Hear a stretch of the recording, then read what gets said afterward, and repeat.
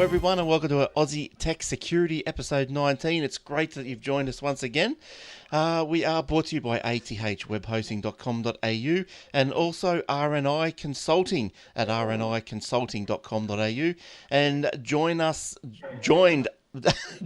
us this week all the way from some latte sipping coffee shop in the ACT is Roger. How you going, Roger? Good, mate. Yourself? Yeah, not too bad, thanks. What do you know? What's been going on? Oh, nothing much. I had an experience with my home internet when I was doing a webinar, and I thought, I'm not going to use a home internet anymore. Right. Because it is a very big problem.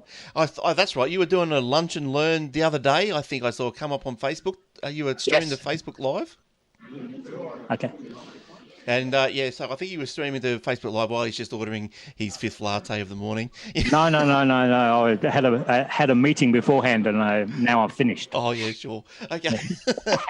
Good stuff. All right. Yeah. So Facebook Live. You were trying to go through Facebook Live. Is that right? Yes, that is very right. The Facebook won't work because it was on 4G, so it was relatively all right. Yep. It was a fact that when I was using the home connection, because I'm lucky enough to not have NBN available and can't get anything better than ADSL.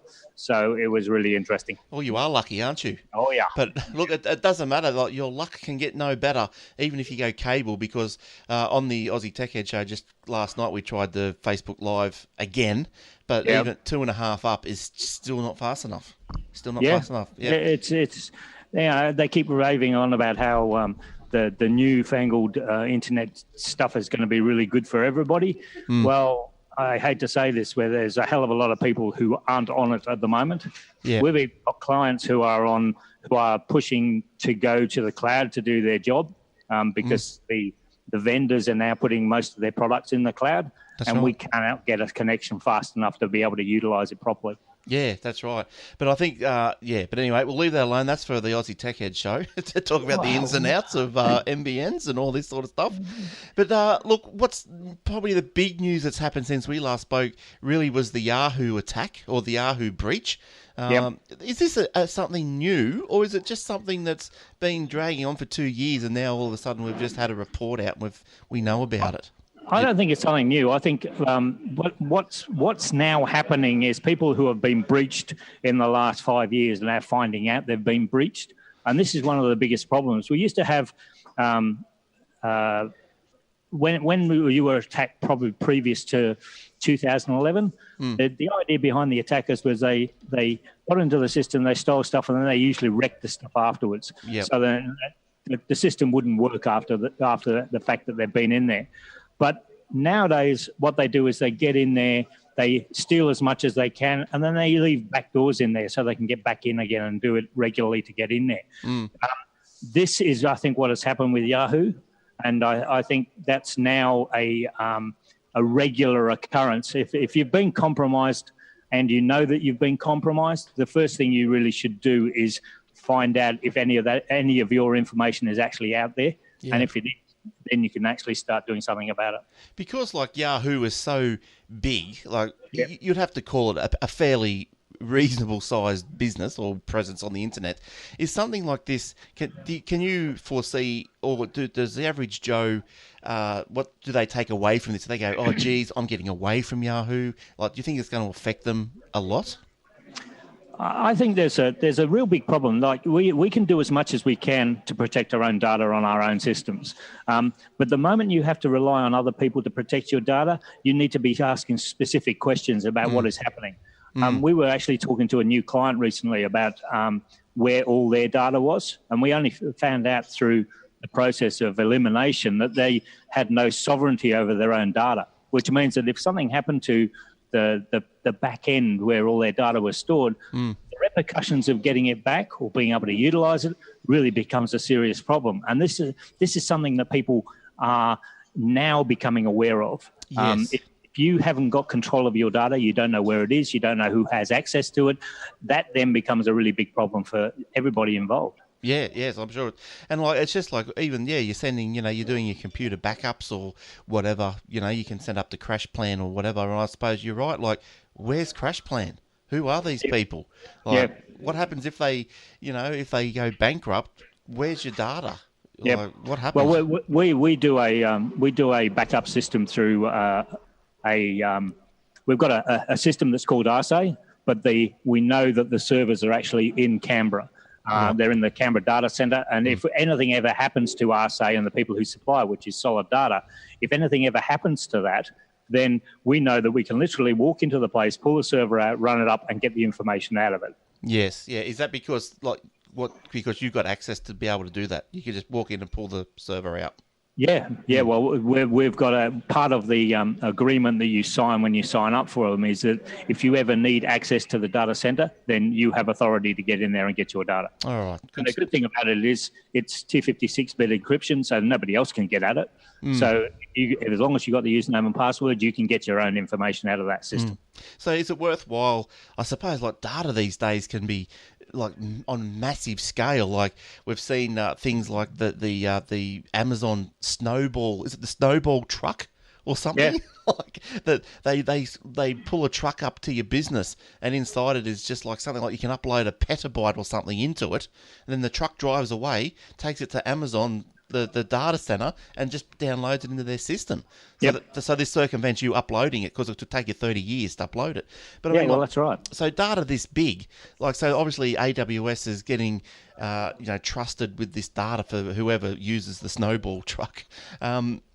Is it the final responsibility of the client, like yourself, to go, okay, well, I'm just going to do an on-site backup anyway? I honestly, as a precaution, we recommend that you do an on-site backup so you have control of your data. The other thing is, you've been listening to what happened to ATO in the last 3 days. Yes. Yes. Again, we're talking about petabytes of data.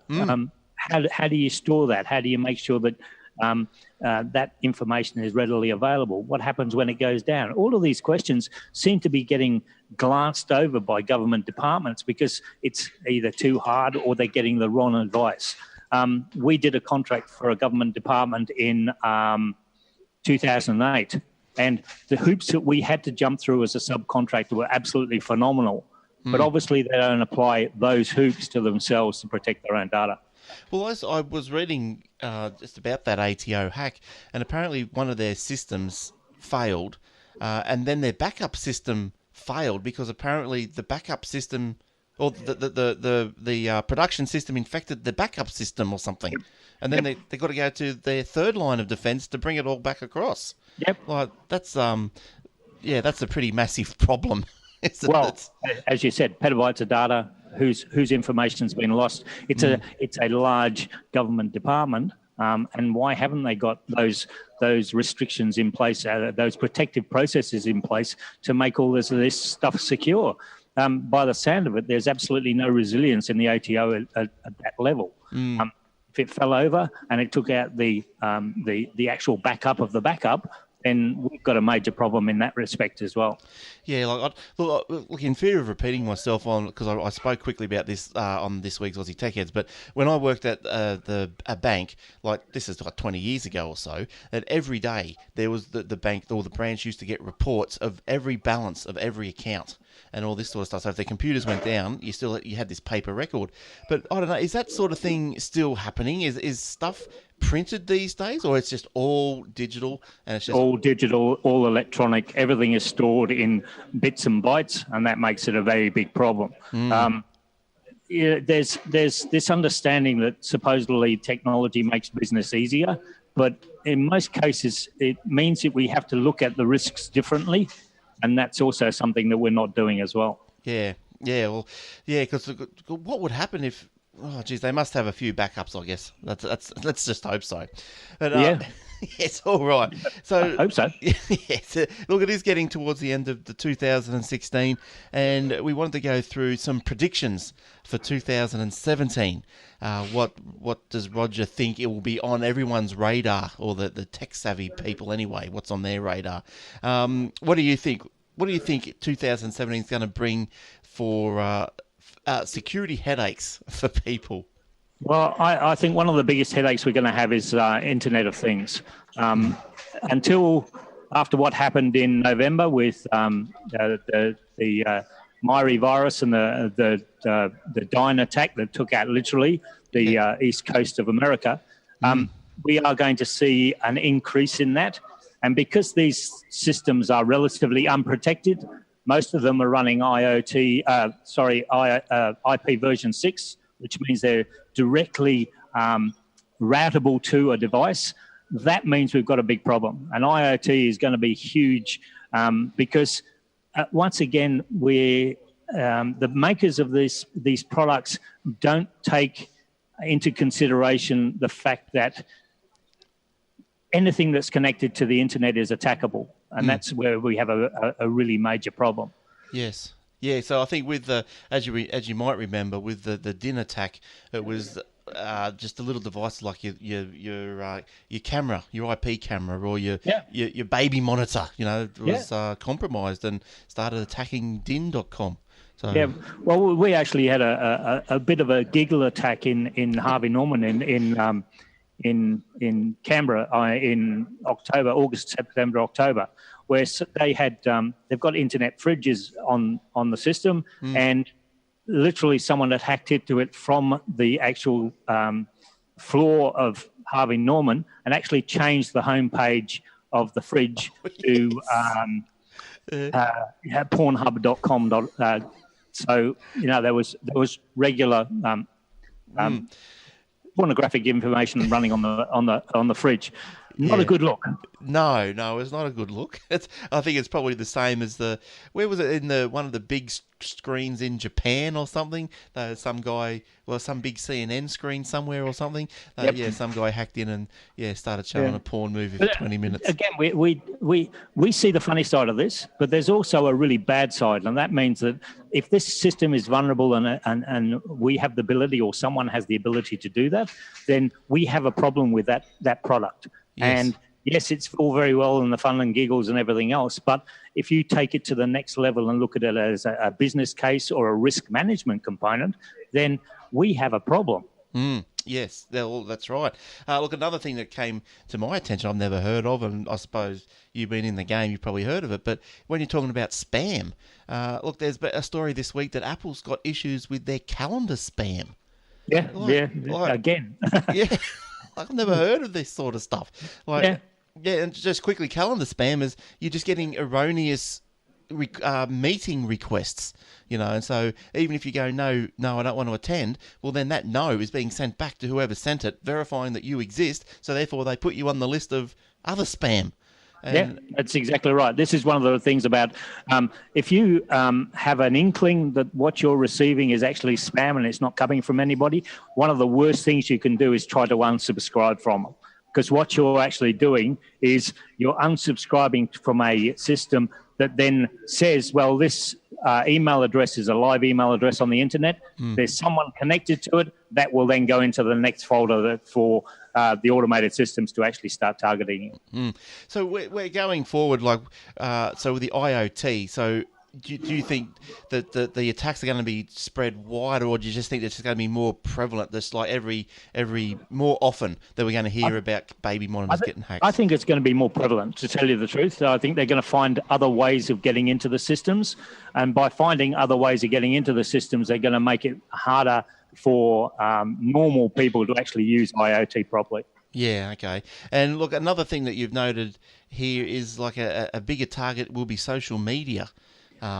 Social media, because we're now moving to the stage where humans put everything of their lives onto social media.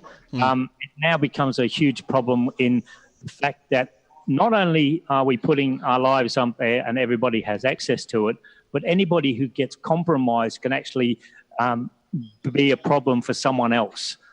So I have a friend who now gets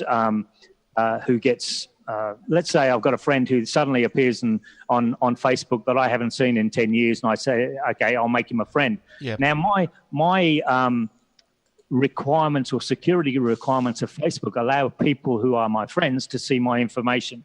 Now, the moment I can do that, then I am now sending out, or they now have access to who my friends are. I can then find out, or as an attacker, I can find out who I'm going to target next. Yeah.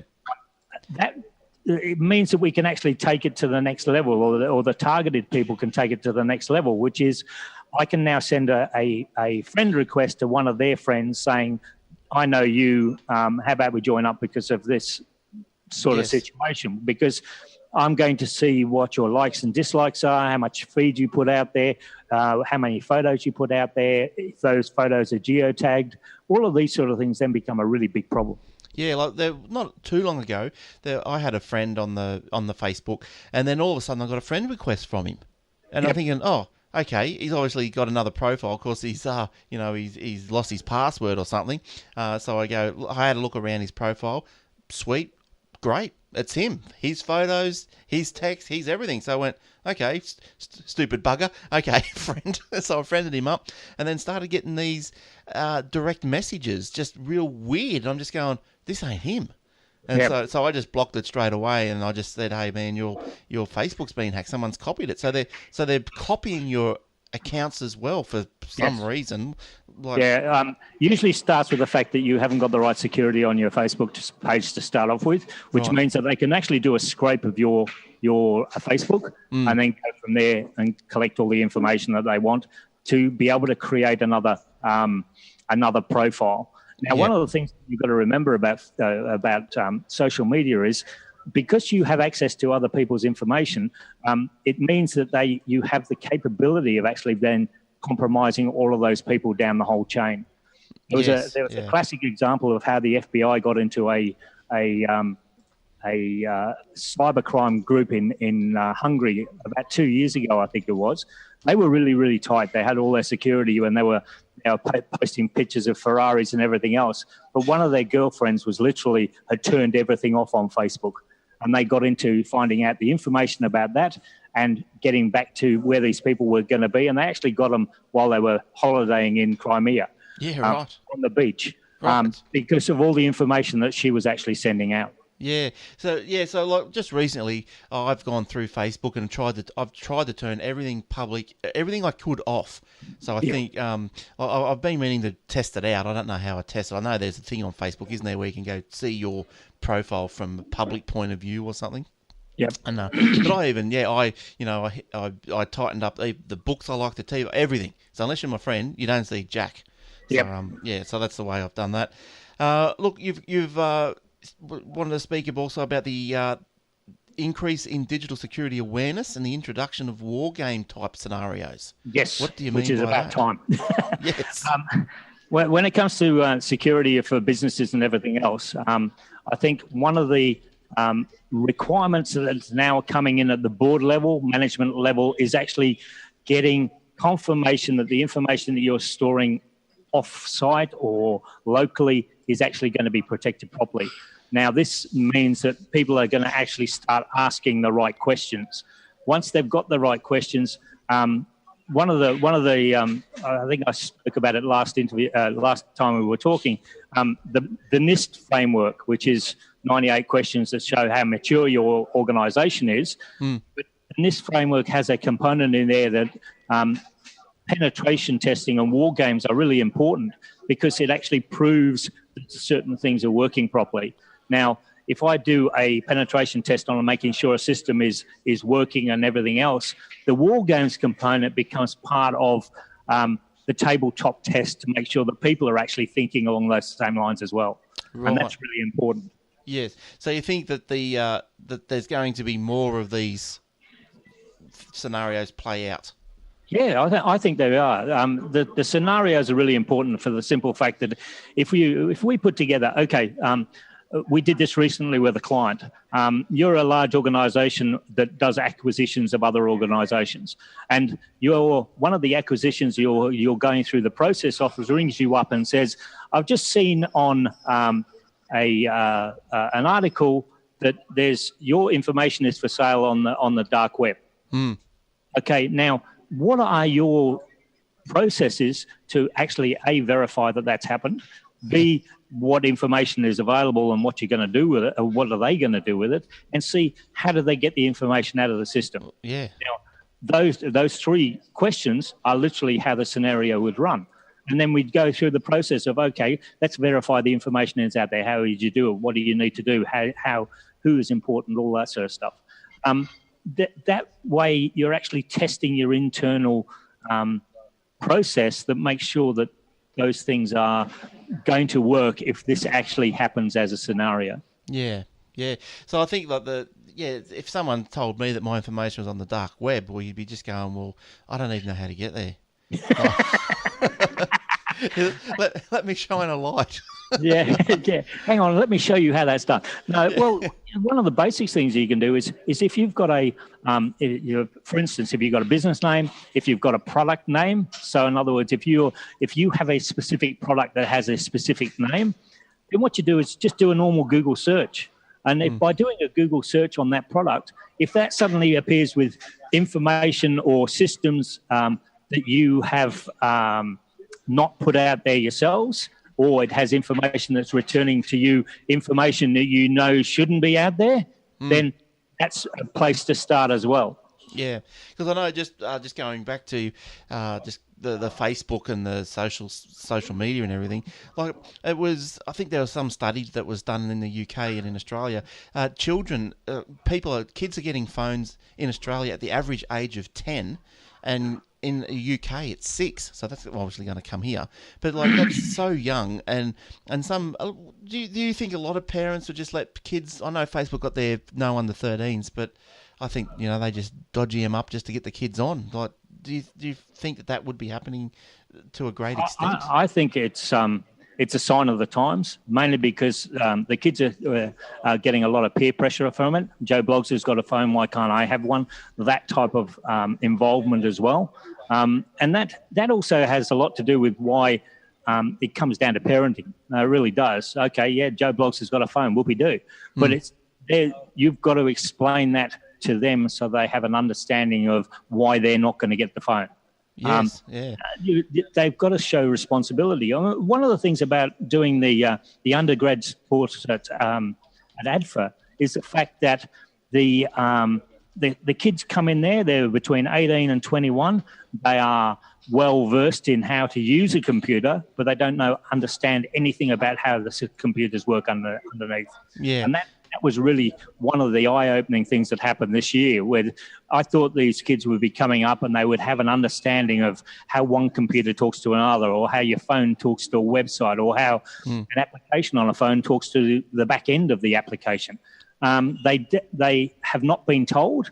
They do not understand it. And when you start showing it to them is when you start getting the lights coming on and the realization that they absolutely know nothing about the underlying infrastructure of what makes all of this work. Yeah, because I know, like my daughter, she's on something where she shares short little videos to music that she does, and it goes out like it appears anonymous, and it more than likely is. No one knows who she is or whatever. But I said, look, I've told her a couple of times, and she's finally got it. And I say, look, when you do these things, don't be in your school uniform.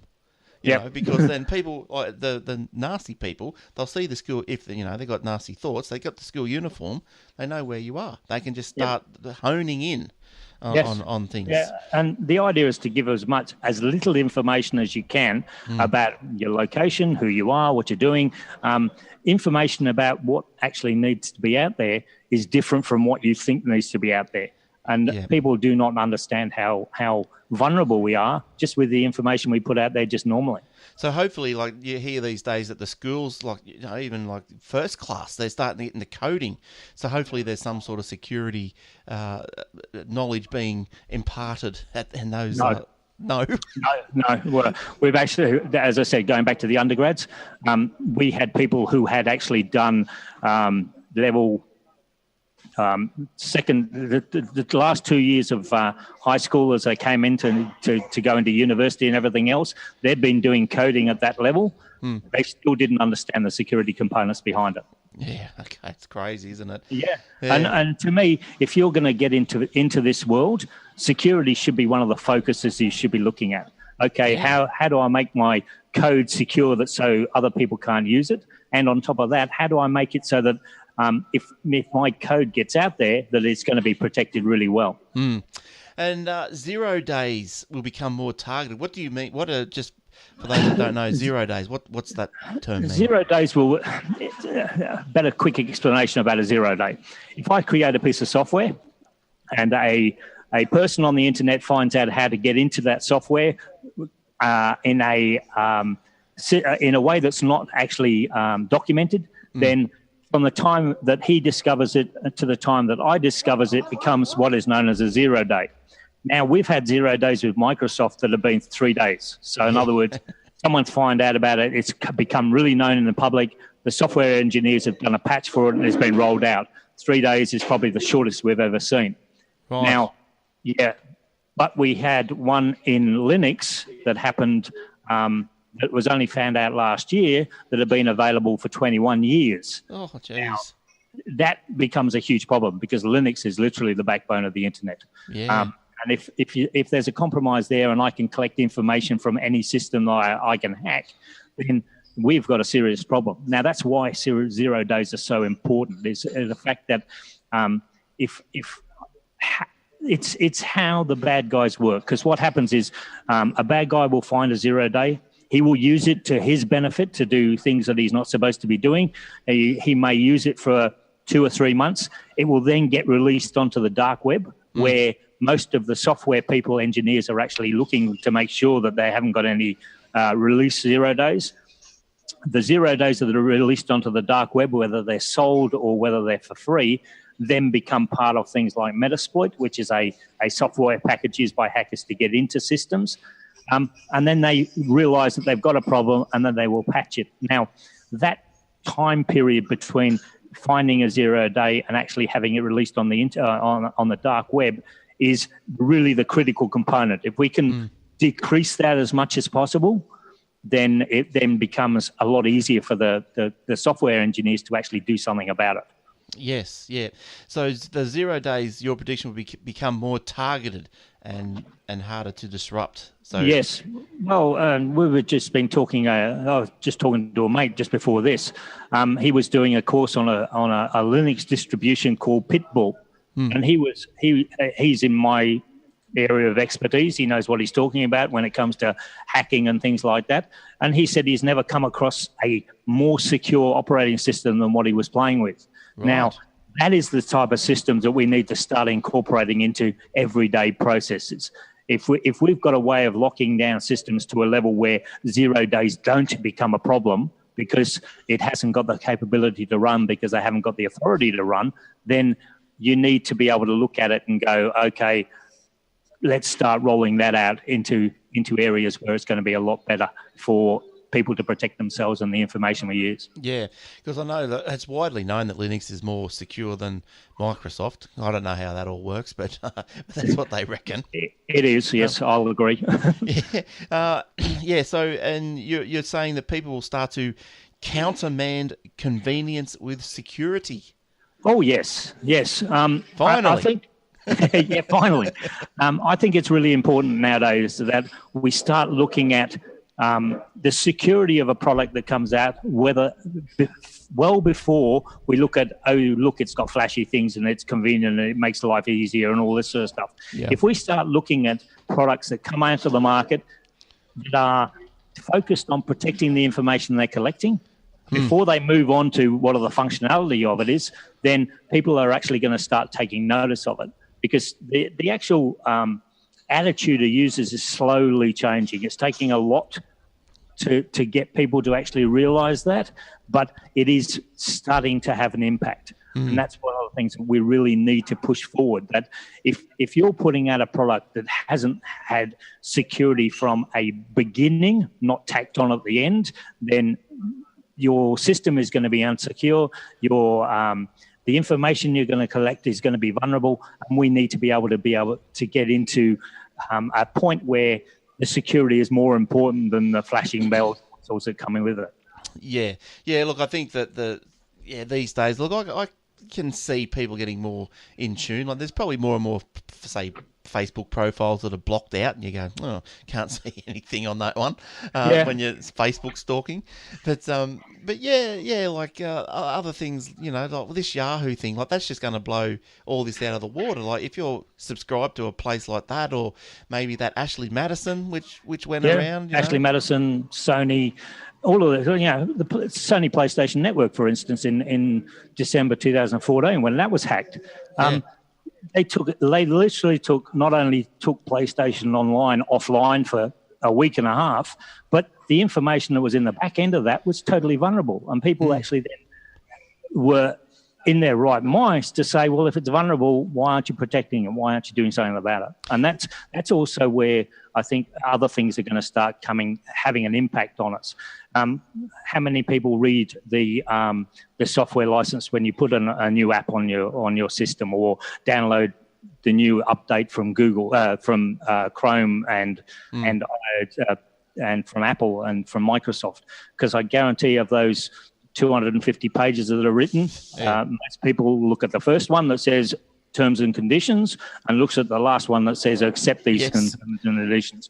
Well, nobody right. information in between. And if they're supplying something that they consider for free, then you really have no comeback when that information is lost, because they've actually tied that up with all of their systems that they got available.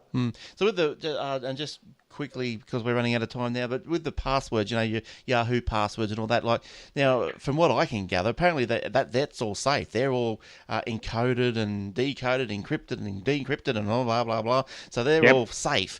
But why isn't that same level of security and encryption applied to name, address, phone number? Well, how long ago was the compromise? 2010, wasn't it?